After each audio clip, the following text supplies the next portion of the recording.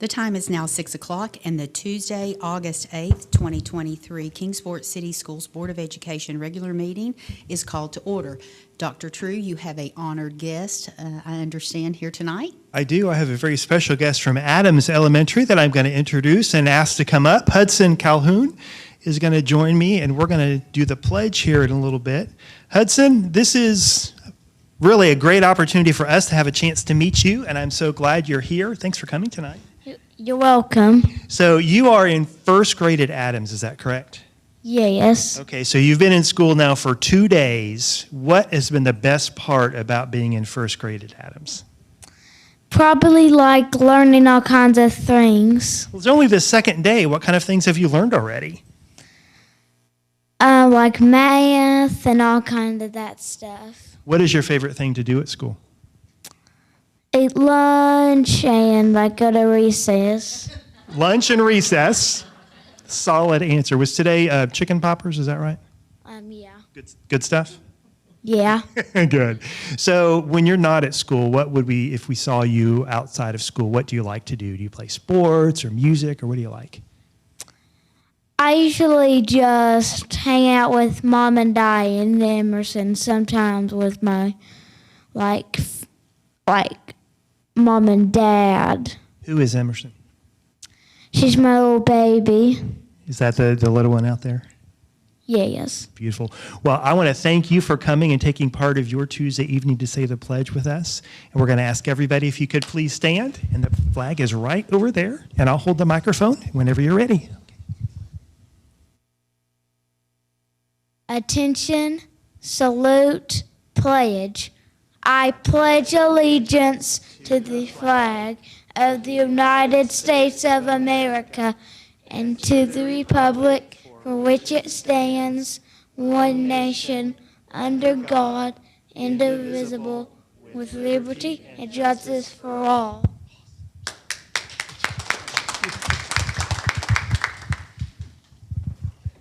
Hudson, that was a fantastic job, and I bet you are a fantastic big brother. It sounds like you're a really good big brother, yes, to the baby, yes. Well, you keep being a good big brother. I know you will. I hope you have a great year at Adams. Yes, okay. All right. Well, for those who are listening, you can actually join us on a live stream tonight. You can go to our website, the K12K website, click on the board tab, and underneath that there's a live stream that you can click on if you would like to join us via live stream tonight. Okay, at this time, I would like to ask for a motion to accept the agenda, which includes the consent agenda. Once the agenda is accepted, the board mutually agrees not to discuss any item of business or take any action that has not been accepted for the agenda.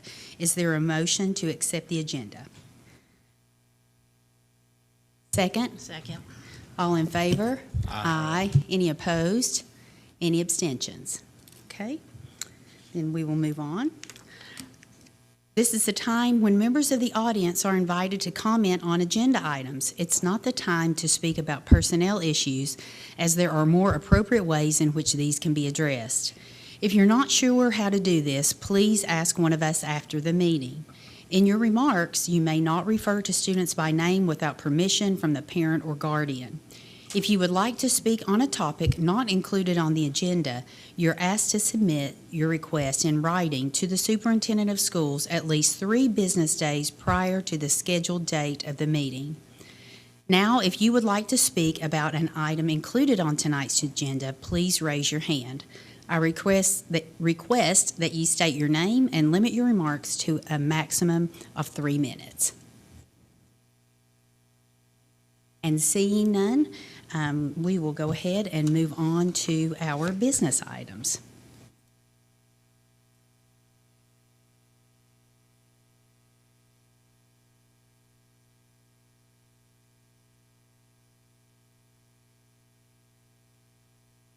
First on the agenda is the approval to purchase Benchmark Phonics intervention kits.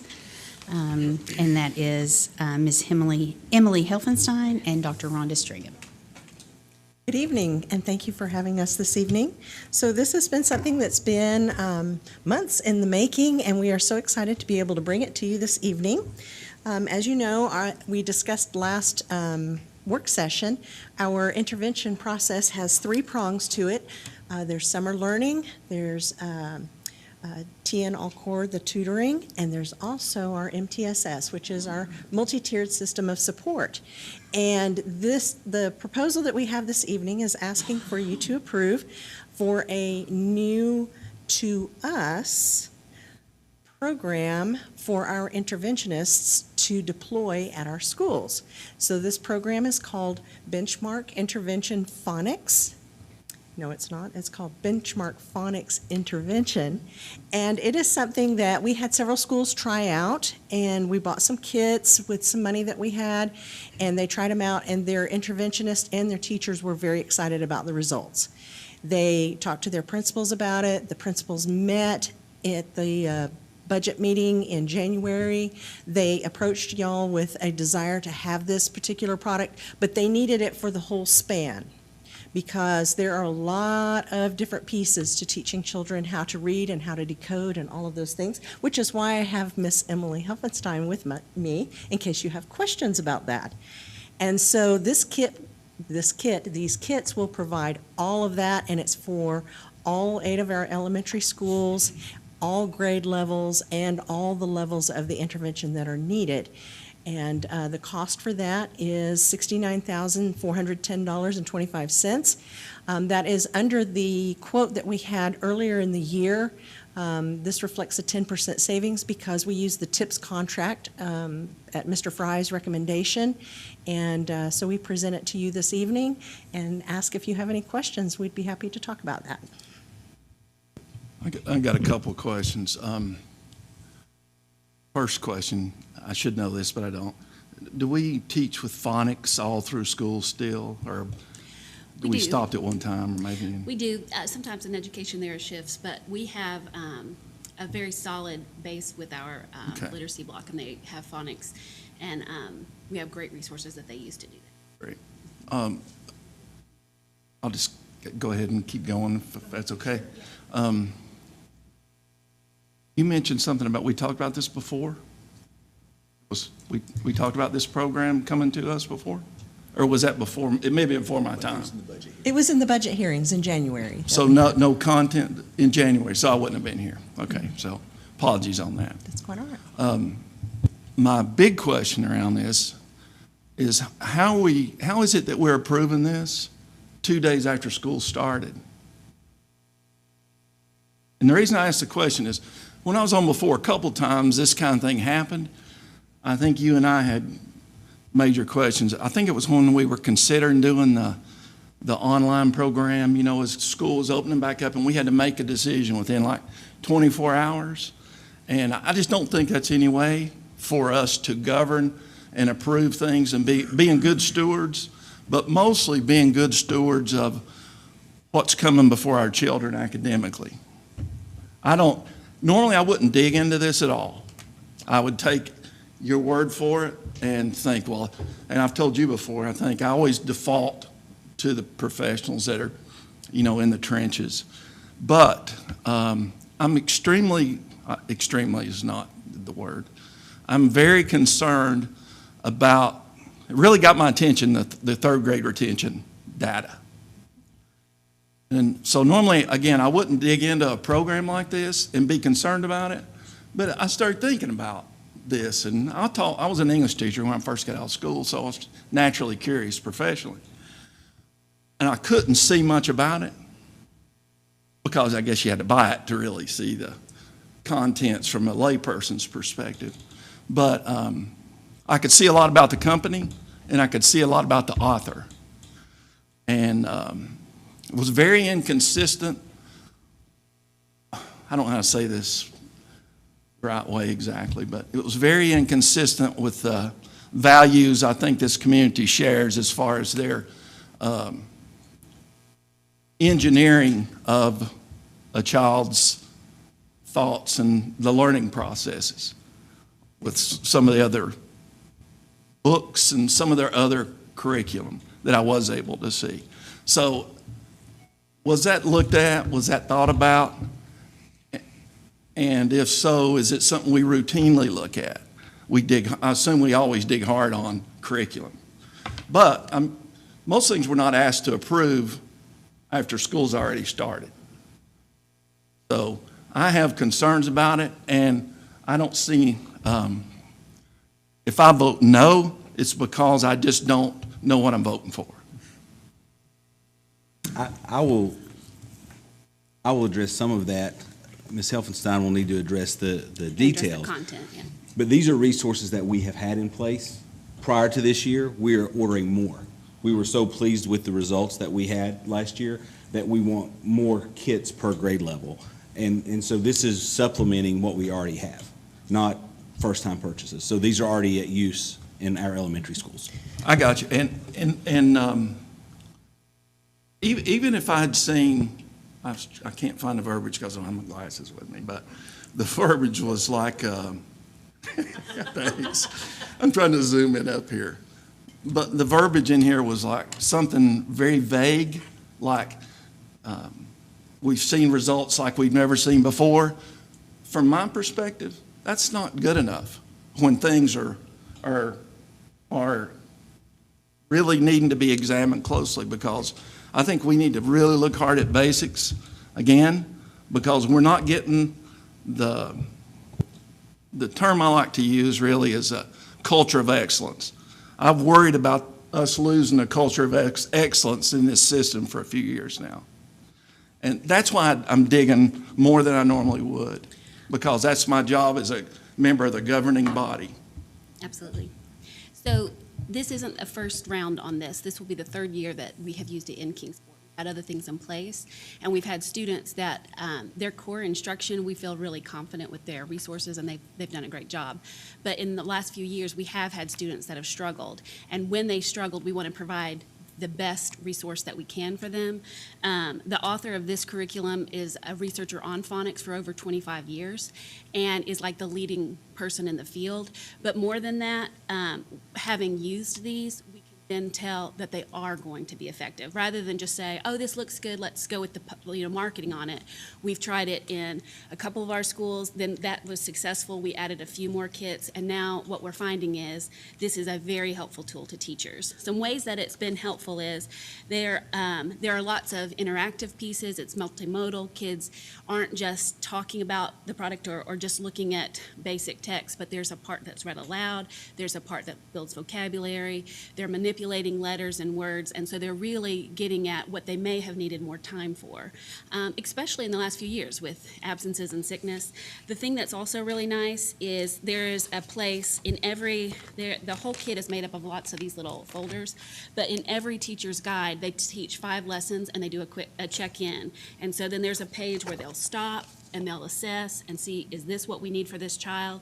And so then I could either continue in the resource, or if they've mastered that content, they could stop and go to the next piece. So it's really responsive. The other thing that I've been really pleased with is kids get their own resource, their own book, they're engaging, and they don't look, for our older students, they're not something that looks like a baby type resource, so they're not feeling frustrated or like this is too little for me. And then they take each one of these home, so they may end up every week getting a different piece, and that way they're also reading at home, which is another benefit of that. I'm glad you're asking these questions, because we don't want to just go with whims and things that people have just are choosing, but I've felt really comfortable with this, confident in it, and what I'm seeing is teachers are using it effectively, and they're finding that it's easy to use and it's helpful, and our kids are responding. So that's what we've been looking at. I appreciate that, and nothing personal at all Absolutely. on any of my questions around this. I can sum it up my youngest son's a therapist. He and I have talked a lot about, he's got little children that are 3 years. So he's really concerned about school, lives in Nashville. So he's a professional. And he and I he suggests I look at some expert on parenting. So we get in this conversation about it. And this is something I heard that really got my attention. And I think this sums up my concerns about this. We need to parents and school board members and teachers and administrators, we need to be shepherds of children, not engineers of children. I'm worried that this is an engineering process in their cultural approach. And I read, what's the guy's name? Wiley Blevins. I read about him. I found everything I could about him, and I looked at all kinds of products that they had in here. And it's not something, again, you're going into the content, which I'm sure is fine. It's the cultural makeup of the content, whether consciously or unconsciously, that always concerns me, especially now. And I'm not the only parent in this country that is concerned about these kinds of things, I don't think. So that is my first concern was, why do we have to make a decision yesterday? And my second concern was about other stuff I saw that they produced, and I didn't see any of that. So why would this company or Wiley Blevins produce a product very different than other things I was able to see? So that's the reason for my concern. Had we talked about this a month ago or 2 months ago, I would have had time to really and bring it to your concern. Yeah, and you say, yeah, I can get information to you, and we could have probably come in here and said aye and be done with it. But because this comes in today, when school started yesterday, I didn't have that opportunity. So if I may address the timing issue, fiscal year starts July 1st, and so we can't spend money until after July 1st, and so that's why this wasn't brought. In your defense, it was brought to the attention of the board back in January. In content? It was brought before them in terms of the data and the pieces that they were able to see from using it just as they had, with intentionality, with specificity, and discovering the pieces that they were missing that they felt like would fill everything out. So one thing that I would like to address is your concern about the engineering aspect.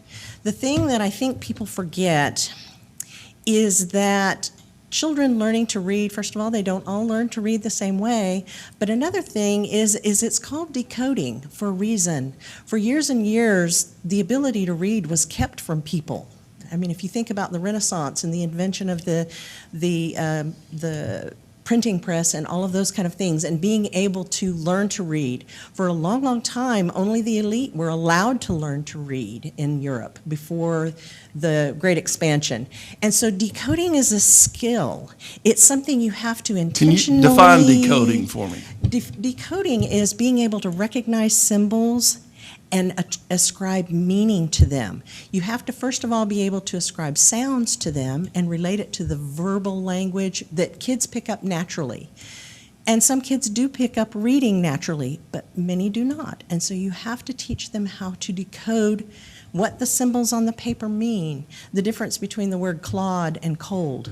I understand. I raised a dyslexic son, so it's pretty severely dyslexic. So I've been there as a parent, and I didn't know the nomenclature because everything's got an acronym or some sexy term that's applied to it that the average person doesn't know. So that's the reason I asked about decoding. But so I understand what decoding means before you explained it to me. Okay. I didn't know it. That's what it was called. But so what's your point about the disadvantage of being able to read and us just being able to see where it is we're putting in curriculum in front of the children that are grossly underperforming? And we would be happy to share those pieces with you in an expanded kit form. Let me point out as well is that this resource is not a tier 1 resource. So this is not what the student's going to get in the day-to-day instruction. These are the students who are underperforming significantly, who in addition to their classroom instruction have at a different time in the day an opportunity to work through this with an interventionist, with a small teacher to student ratio, to try to close in gaps that have been created in previous grade levels. So this is not the core curriculum. So it's designed for 2 years, like people that are kids are lagging 2 years behind, right? Mm-hmm. Right. I realize it's a very different. I realize it's a very different kind of design for the learner, but The hope is that those they are get in things are addition just to- my concerns I wanted to share. And, you know, I feel totally confident in the work that you've done. I've shared with you my concerns, and I guess that's all I have to say. I know we don't want to leave any child that we possibly can get up to speed. You know, I'm 65 years old and I've grown up here in Kingsport, even though I didn't go to school here, and Brandon, I don't know that any of us did in this system. If you grew up here, you knew Kingsport City Schools was supposed to be in the top 3 in everything. Not be above the standard of Tennessee, but be in the top 3 in everything. We compared ourselves to Oak Ridge, for example, at the time. And I'm concerned about our leaking of cultural excellence. And as a governing body, the first thing you do is you look at your leader. Well, that's already been done. We got the leader in place that we want, clearly. At that point, you know, you just started. This, you know, stuff like curriculum is where the rubber meets the road. We're not approving what color we're going to put on the new sign out there on Center Street. This is what the child is going to be hearing and learning with. It could be a long time. And it sounds like we may have used this company some in the past. We've used this actual product. Yeah, okay. Yes. And, but like I said, I couldn't see this, but I could see a lot of their other stuff and the author's other stuff. And it was, I don't know why this culturally would be so different than everything else I was able to see. Those are my concerns about it. In your proposal, you state interventionists reported increased student progress in school data meetings and with the MTSS specialists. Were those based on some type of test result or just objective, measurements through the intervention process? Yes, they were through objective measures. When a child is in the MTSS process, after every 10 lessons, we do a probe, which is a miniature assessment, and we use that data and we look at it every 10 days. Is the intervention working? Is the interventionist working? All of those kind of things so that we can determine the next steps. We don't want a child to get far behind, so we go every 10 days and they have an assessment. And it says, somewhere in here, it says either in small groups or one-on-one. What, do they start out in groups, and then if there's little to no improvement, then they go to one-on-one, or do you start one-on-one? How do you, in that process of MTSS? Once you do an assessment like our Easy CBM and you drill down to see what the child is struggling with. Are they struggling with fluency? Are they struggling with comprehension? Are they struggling with phoneme awareness? Are they struggling with phonics? Any one of those things has to be targeted in a specific way. And so if you have 3 or 4 that are on a similar trajectory, they're missing that same fluency piece or whatever it is, then you have them together in a group and you start working with them together in a group. If you have absences, things like that, some kids don't get that 10 days like the other 3 did, and so you wind up having to have, or getting to have, that one-on-one time with them to get them up so that you can keep them together as a group, or maybe they go into another group. They slide into another group. It just depends. Or if a child has multiple, they may be in multiple groups. It just depends if they have multiple gaps. And we typically see this as a small group. It would be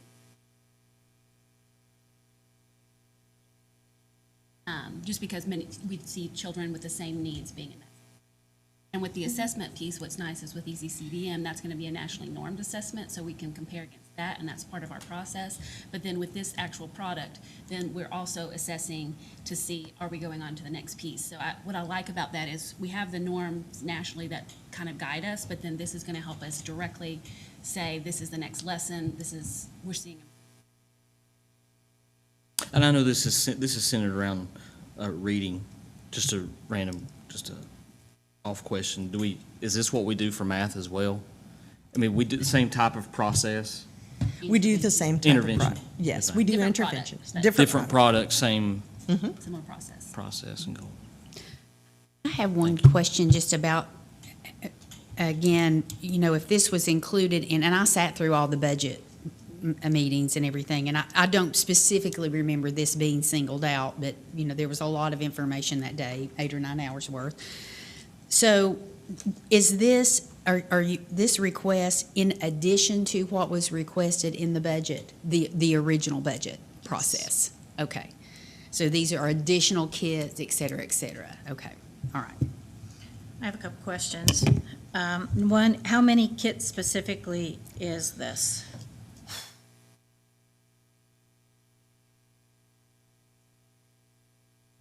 I think it's 180. I would have to verify that, but if you're looking at it, I would say it is. I just tallied it. There's one in there free. Oh, One kid. A kit is quite large, and what's nice is you could have multiple teachers use it if needed, and they could just pull out the section they need, and there are multiple manuals for every. You can use one kit over and over again, so it's not this isn't a cost that would be reoccurring every year. 5 different little booklets, that would be the only part that you have to replace. What we've purchased would support the school. Some interventions you would have to pay for every year, and you'd pay the whole cost every year. So actually, as far as an intervention goes, quite sustainable, which is nice. so we buy the kit and then we buy those extra books that they take home and keep Yes. separately? As an addition. Okay. That's already been So figured in. if we would approve this today, how long would it be before we received the kits into our school? We met with the vendor last Friday. Yeah, it was Friday. And they said they could have them start shipping as soon as possible. Have them in the next 2 weeks, I would say. And I noticed, it's print and digital, but the digital will expire on July 31st. Is there any way we can negotiate that to get a few extra wiggle days so our teachers can look at it? Because our schools usually start around the 2nd. This year, obviously, it was the 7th. But, July 31st is really before any of our students come back, and it could impede what our teachers are looking at as they're preparing for the school year. Is there wiggle room there that we could say, let's have that expire August 31st? We could. They typically like for it to be seamless, and so we would start negotiating with them probably in April. And they would make sure that we had the contract, it had been through legal, and it was a seamless implementation again next year. Then my other question, and this is more of a generic thing, is you mentioned that, obviously we can't spend any money till July 1st, but we pushed this back so we could at least approve it early July, or, or even the end of June, and then start spending the money we're not spending the money for negotiating a contract until, and we've done that on the Tribe Athletic Center, we've done that on the Dome, we've done it on numerous things where we get it, but could we move that back a little bit, just so we're more prepared, so we can approve stuff in July before Absolutely. the school year? Absolutely, yes. I think that's all I Noted. have. And so I have just one more question, and you mentioned that this was used in some of the schools. So will this be such that every school will have the same type of intervention? Because I know Yes. that's something that we had talked about, is having the same resources and processes, intervention processes district-wide for every single school. Yes. Okay. That's better, much better, yeah. So when you're saying the vendor, is that Benchmark or is this some wholesaler in between? Benchmark's the It's It is Benchmark. Benchmark. I'll say this and I'll hush, okay? My last soapbox commentary. You use the term in evaluation, national norm.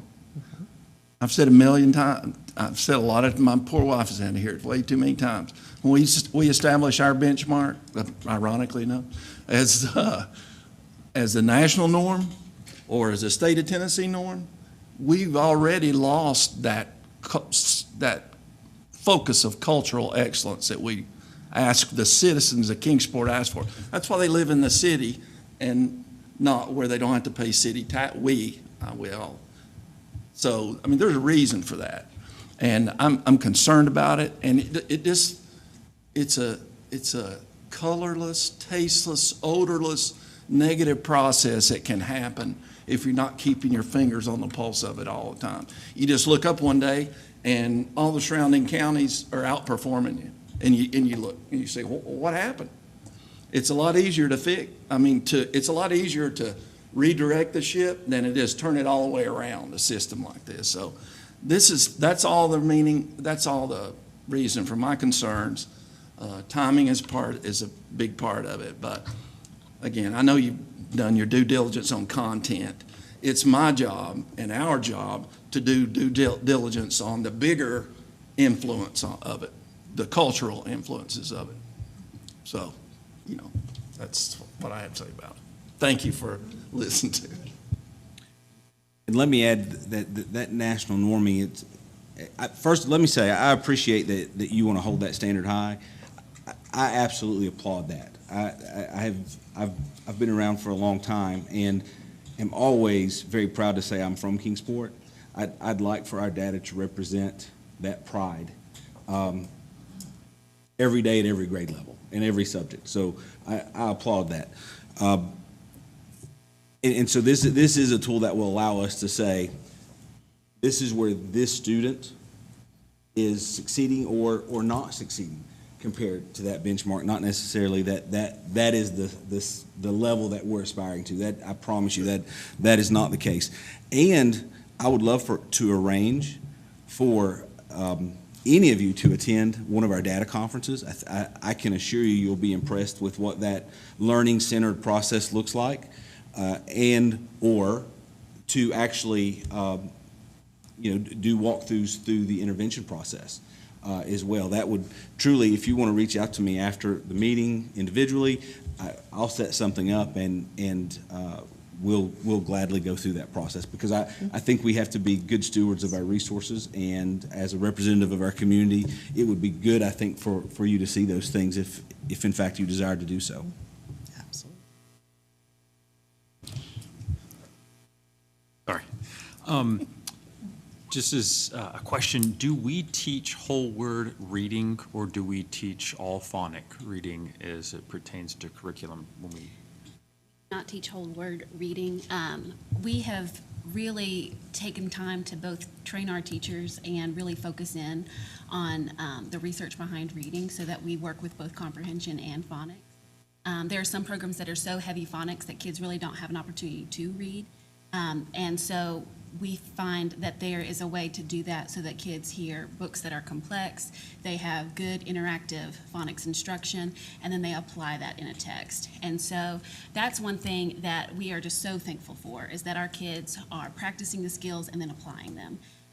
We see that they're picking up a book or picking up a pencil daily and making sure that they are really using those skills that they have, that it's not something that we just isolate over to the side in phonics, and it's not something that we just train memorization, because we've seen that. So when we think about literacy in Kingsport, you're going to see all of those components working together, so kids really do get the practice. they can sound out the words? Yes, Yeah, absolutely. There's a bunch of functionally illiterate children in New York that did learn the wrong way. So we don't have that piece, but we want to make sure that if they need more time, that we also provide it with clear materials, so they can see that in both their core instruction and intervention. Excellent, I appreciate that. One last question, I promise. You said that the refills, for lack of a better term for those things, you said that's been factored in here too? That will be an ongoing budget request every year, is Okay. for the portion of money that would need to come from C&I to replenish those every year. But we have a current running intervention budget. Okay, that's what I was gonna, yeah. And so that's something that we would shift away from anything else, and it would go into this. Did we just get caught kind of like because of COVID and it pushed all these kids and we're now uncovering a lot of this? Is that why this wasn't on the original budget, is because we're finding more and more issues that need to be resolved? I mean, it's okay, I'm not trying to put words in your mouth. That's part of it. Okay. Part of it is the need for consistency across the district. Okay. And being able to offer that to every child at every school, regardless of schools' individual budgets, whether they're a title school, a non-title school, or whatever else. We just felt like it was something as a district that we needed to be able to provide that equity across the district. So no matter what school a child went to, they were going to be able to have the best of the best of the best. Good. These remind me of the old SRA reading labs. Yeah, me too. I Yes. thought the same. Yes. Thank you. Okay, any other questions or discussion? Very good discussion, very good. Okay, well, then the recommended action is to approve the purchase of Benchmark Phonics intervention kits at a cost of $69,410.25 for the 2023-2024 school year. Is there a motion for approval? So moved. Is there a second? Second. All in favor? Aye. Any opposed? No. Any abstentions? Okay, the motion passes. Thank you very much.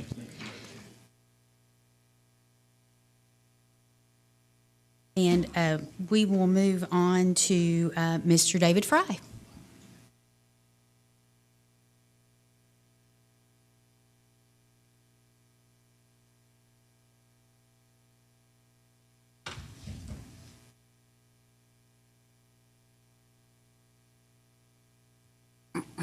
Good evening.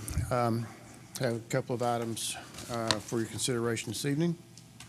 The first is to get the board's approval for the acceptance of some donations. We have 3 donations for your approval this evening. Excuse me. The first is a donation from the John Adams Elementary School PTO in the amount of $3,585. This is more funds for the continued expansion of their playground to purchase rubber mulch for this new addition to the playground. The second one is a donation from Andy and Amanda Edson in the amount of $60,000. This donation is specifically to replace the marquee on Fort Henry Drive in front of Jeffrey Johnson Stadium. And the third is an anonymous donation in the amount of $25,000 to Dobyns-Bennett Athletics, and $15,000 has been designated to go to the girls' basketball program and $10,000 to the boys' basketball program. So I'd ask the board for their approval. Your job is easier than theirs. I don't think that we'll have any issue accepting donations. So if there's anybody out there that wants to give some more, we'll be happy to receive that. And in all seriousness, are so grateful for the donations that are being made. Exceptionally grateful for the generosity of people in this community.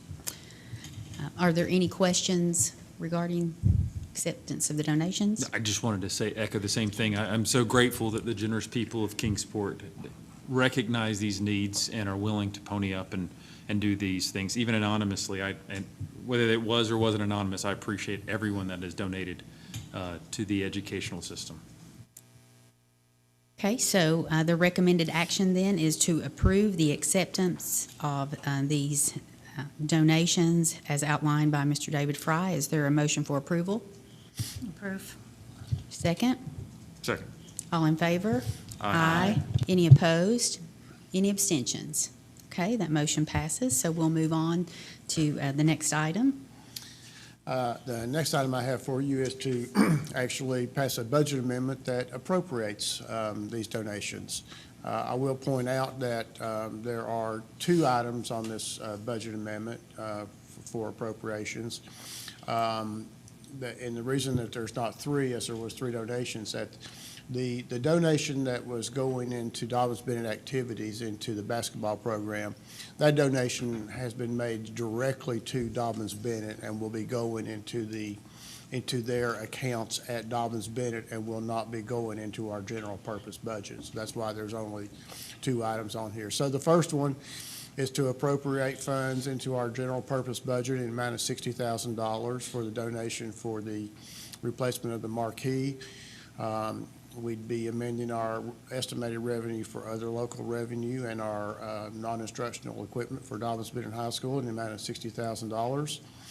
And the second item is to appropriate the $3,585 and place those funds into our local revenue and appropriate the non-instructional equipment funds for John Adams Elementary for $3,585. I would recommend approval of this budget amendment. Okay, any questions?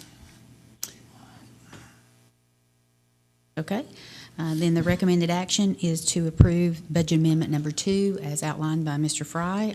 Is there a motion for approval? Motion to approve. Second? All in favor? Aye. Any opposed? Any abstentions? Okay.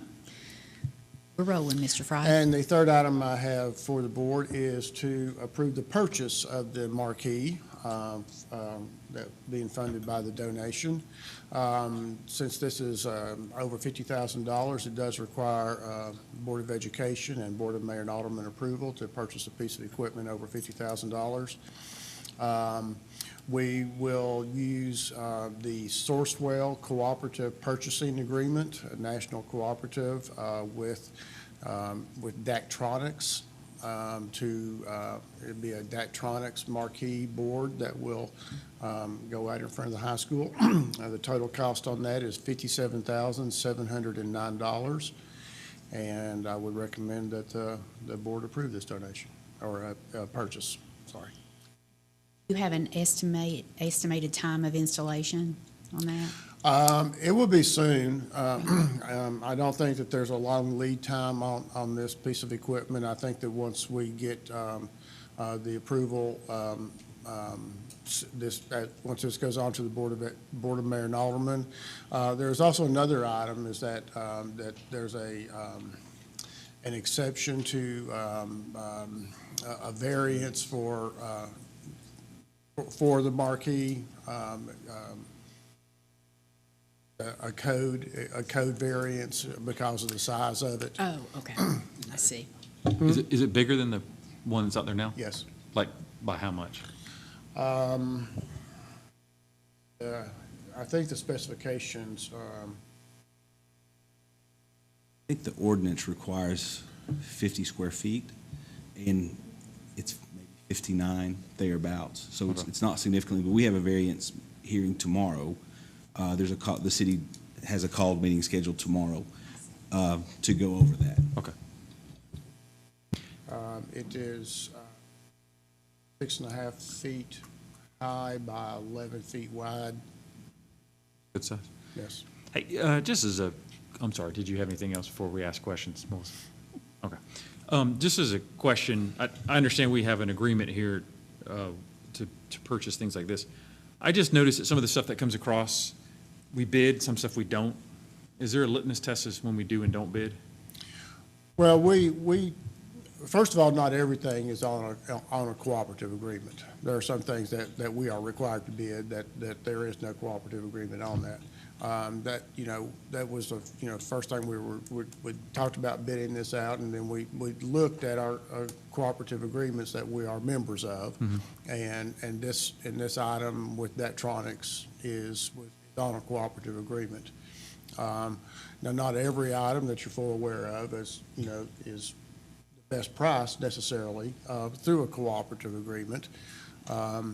This one is a good price, and the Daktronics brand is a brand that we would want. That's what our scoreboards and things that we have right now are. But we do look at these prices, and we can talk directly with Daktronics to see that this is a good price, and felt like this was a good price, and it's speeds the process up, and these items have already been bid. I mean, that's the whole purpose of these national cooperatives, is that they use their national purchasing power in order to get these prices for school systems like us across the nation. Right, these purchasing agreements are typically signed for how long? For these national cooperatives, Are they usually like 5-10-year terms? I would say no more than a 3-year term. Okay. So every 3 years, they go back out and because I think Yeah. we've found that it's not always a good deal to go Right. through some of these things. That's why I was just wondering if we have an internal way in which we use to determine whether we bid something or not. I mean, I would just, in my own mind, think if it's going to come before us, it should be put out for a bid. And I mean, does it require any extra labor and a cost of labor to send out a bid, or is that a sunk cost anyway? Because No, I mean, we would go through the process of doing that. I mean, we'd have to advertise in the newspaper, which is a minimal cost. Okay. But the main thing is the time factor. By the time we. is the sign broken? No. okay. Well, Malfunctions. It's, It's getting there. That's- drive by advised. slowly if you want to read the message. this sign has been there for a number of years. Okay. And we've been talking about replacing it for several years. It's just that when we looked at a $50,000 to $60,000 cost to replace it, other items have taken priority. Sure. And the technology has changed significantly in the 16 years since that's been installed. Is that how old the old one is? It was 2 principals ago. That was an Earl Lovelace purchase around 2008. So yes, it's been around a while. Okay. Any other questions or discussion? Okay. Then the recommended action is to approve the purchase of a Galaxy Outdoor Electronic Message Center for a total cost of $57,709, utilizing the Sourcewell Cooperative Purchasing Agreement with Daktronics. Is there a motion for approval? Second? Second. All in favor? Aye. Any opposed? Any abstentions? Okay, I think that's it. Thank you, Mr. Thank you. Fry. Appreciate it so much. Thank you.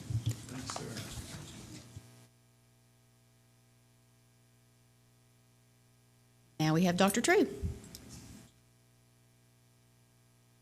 Well, good evening. A pleasure to be back with you this evening and to go over the policies that we discussed at the work session for approval. Just as a reminder, this is the first batch of policies that we'll need to weed through over the course of the next few months, not only in addition to changes coming, law changes that came out of the legislature last year, but also this is the year that we will need to reaffirm and review our policy manual in general. We do that every 2 years, so we'll have that process ahead. So we wanted to try to get a jump on the process this year when it comes to some of these required revisions, especially those that are related to safety, and that's where the majority of these come from today. Again, just to reiterate, and please stop if you have questions along the way or if things have come up since we've discussed it at the work session. But just to review, the first policy that we have this evening is 3.202, Emergency Preparedness Plan.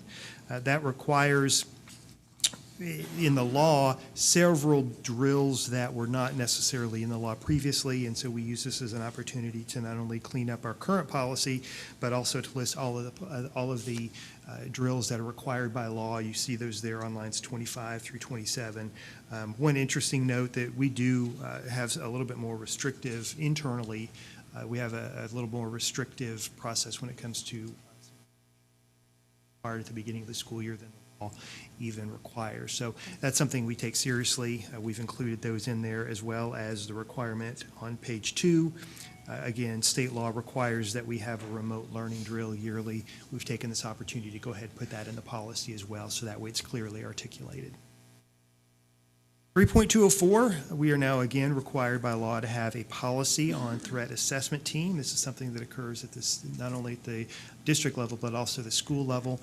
The threat assessment team policy 3.204 is model policy, and it relates to the formation of the team, the fact that the team meetings are closed to the public, again, to protect, critical information that is necessary for us to remain confidential on how we operate, as well as the documentation of those meetings not open for public inspection. Again, that's to protect the safety of our students. The 3.204 is a new policy. That would be the only new policy of the 6 that we'll discuss tonight, and that would come back for a second reading at our next board meeting as well. Security 3.205, many of the revisions this evening were based on the new security law, and that being Public Chapter 367. This specifically talks about the revision here on page 1, exterior doors leading into a building being locked at all times, and if they are not locked and secure, that they have to be monitored by a Kingsport staff member. That's something we've taken multiple opportunities to communicate to our staff and our schools. so that they can be diligent of that as far as just those normal operations. Think about those times where students are flowing in and out of buildings, back to, now that we're back in school, those morning routines, making sure those are supervised by staff members. So kudos to our staff for really taking the law. There are a lot of specific implications just in the operational side of this. Think about things like food deliveries and so we've really tried to over-communicate that to our staff. We provided some information for our schools to have during their back-to-school presentations with staff. We developed those at the district level and provided them, so we have clarity on that. And so this policy change really deals mostly with that specific item when it comes to securing of doors. 4.300, extracurricular activities.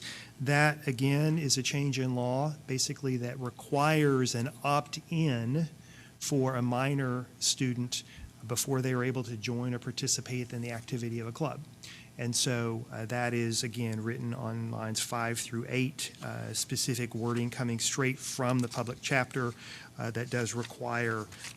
We have also, again, to support our schools at the district level, created a form for schools to be able to have, so that way they can utilize that and have the opt-in and the parent permission before activities are able to take place.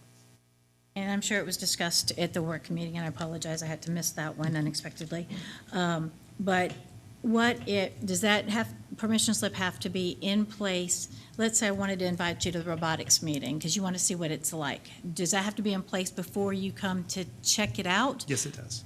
So even before somebody can go check out a club, before they even join, they have to have that? The way the law reads, a school shall not allow a minor student to become a member of a club or organization or allow a minor student to participate in any activity of a club or organization unless the student's parent or legal guardian first provides consent to the student's membership or participation in a dated written consent. That would have to happen before they participate. That they could come and observe without participating? I think operationally, we would expect an opt-in. I'm just to happen thinking, and I before know we that. discussed this at the TSBA meeting, but I'm just looking at, we have a hard enough time getting sponsors, and we really appreciate those who sponsor our clubs. And now we're putting a huge burden on those sponsors to make sure they have all these permission slips in hand first. And then we're complicating it by, hey, Tim, would you like to come see what this club is about? And you have to get your permission slip. You go one day and you go, I don't want to be any part of this, or this requires too much work. So now we've got all these permission slips and the person's not even interested. So it just seems like maybe we need to write letters to our legislators and explain that this is creating a huge. That's the point of clarity. It's not we, but it's the legislators. Right. So, I know it's not Yeah. us, but I mean, it's on all school districts that it just seems that we're now creating a huge barrier to kids being involved. And the more things that kids are involved with, the less time they have to get into trouble and other things. So I'm just kind of stating a frustration because I know those listening might agree, but the only way around that is by voicing our opinions to those that we've elected to represent us and let them know that this is not what we really want for them to do. Certainly understand that Okay. point, yes. 6.4001 is another new law that requires an opt-in. This one specifically when it comes to student surveys. Previously, most student surveys, based on our policy and our procedures, if we allow for parents to see the survey, we provide an opportunity for parents to opt their child out of a survey and to know how it was going to be used. That was kind of the old model. The law has changed now that requires an opt-in. Same requirements, but an opt-in from the parent before a student would be able to participate in a survey. So we've changed that in policy 6.4001. Can somebody draw me a picture, kind of a video of what that looks like? So we want to do some kind of survey, so we send an email blast and saying, please approve if it's Absolutely. okay for you, something like that? Sure, I can use as an example, for instance, in the past, we have been approached, it's been every other year, it's been more frequent, by Sullivan County Regional Anti-Drug Coalition to do a survey that goes out across the state to gauge student behaviors when it comes to activity in drugs, alcohol, those sorts of things, anonymous. And so what we would do is we would send that out to parents electronically. We would post it on the website. We would make sure that the parents had the opportunity to see it, understand what the survey data was going to be used for, that it was confidential. And then if you would choose to opt out, here's how to do that. In that type of a scenario now moving forward, we would have to flip that side of it. And if you would allow your child to participate, you must opt in. That, again, is just one example, but in general, that's a real-life example of what we've done in the past. Thank you. I just hope, like Ms. Byers was saying, I just hope we're not throwing the baby out with the bathwater on some of these things. Right. And I've talked about before, the pendulum always swings, and hopefully people in power will see that this needs to be tweaked or adjusted, and these things will even out, I hope. Yeah. But we need to let them know. That one specifically was PC 353.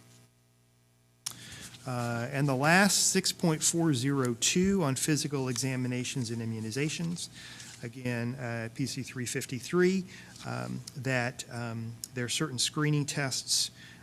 Parents would receive notification, and that they may excuse their child out of particular screenings if they would choose to by submitting a request in writing.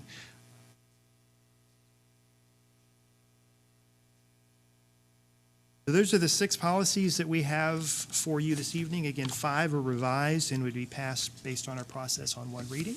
And then 3.204 would be the one that would need to come back for a second reading, as that is a new policy for our policy manual. That's true. Let's see. Sorry, I have to find it. The one that we just discussed and moved on from.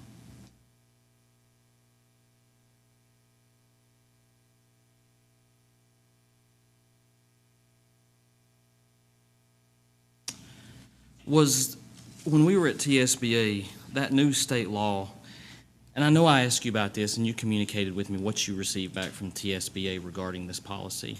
Mm-hmm. There was some other language, and I don't have it with me. Do you have the state law there that this? On student surveys, analysis, and evaluations? Yeah. Yes, it's PC 353. Was there some language in there? I want to make sure I don't. Was there some language in there regarding curriculum in that state law? There was. And if you have it, I did too. There was, Oh, is that when you're talking about the sexual orientation curriculum? Yes. Okay. Yeah, so that is in there, that there would be a required consent for participation in a sexual orientation curriculum. And in talking with TSBA, I'm glad you brought that up. In talking with TSBA, and we asked about that in the legal meeting, that is not intended for an elementary school, for instance, family life curriculum. This would be something that the TSBA lawyer pointed to potentially in an AP psychology class, that type of course, not what you would deal with when it came to life, for instance, at the elementary. okay. But would it still be required? So, for example, if a student takes AP psychology at the beginning of the year, will all students, or will every student get a notification, or their parent get a notification? You must opt in. If that is a piece of that curriculum, and I honestly, I would defer to those that are more expert in the specifics of what is in that particular course, but I know that was the specific citation that was referenced when we Right. talked with the lawyer. Used to, it would be sent home if you wanted to opt out, but it Requires- seems like now it The would be state the. law now states that it's an opt-in. Opt-in when it came to that type of curriculum. So that will be communicated to whomever at Dobyns-Bennett. I If would that is- imagine that's the only. There are 2 courses. One is U.S. government, and it's really not about sexual orientation. There is the federal law about same-sex marriages.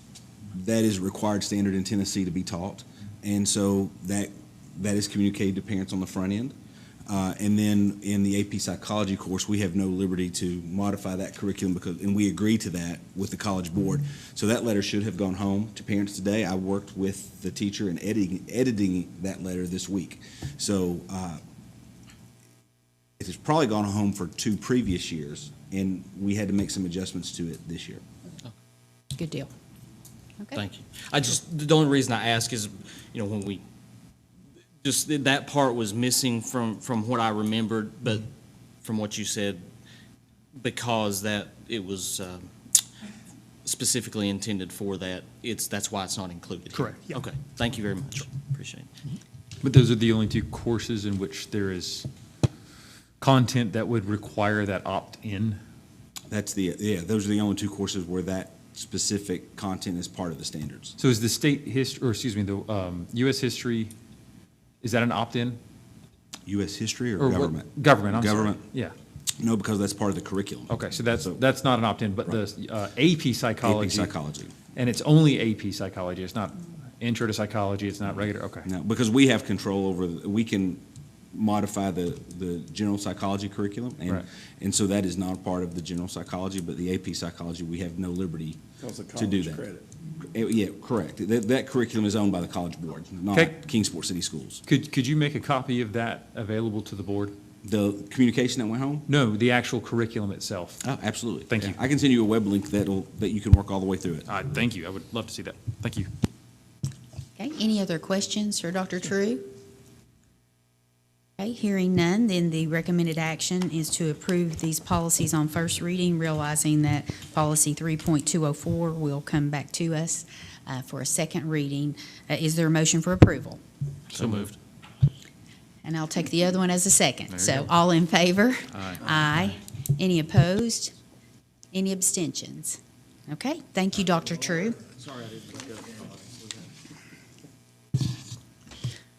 Okay, and so that wraps up the business portion of our meeting tonight. Just looking ahead, our next work session will be on August 22nd at 6 p.m. Also, on August 28th, of course, Ms. Altizer, you were correct, that the Fall District meeting is going to be held right in our back door at Westridge High School. The reception and registration begins at 4:30, and the meeting begins at 5. And I would just highly encourage all of our board members to try to attend that. It will be looking at upcoming legislation, et cetera, and boards are recognized for 100% attendance, so we want to try to do that too and do our part in showing up. Okay, and then our September meeting will be September 8th, our business meeting, and the work session will then be on September 26th. Okay, and if there are no other items for discussion, then we are adjourned. Roll Tribe.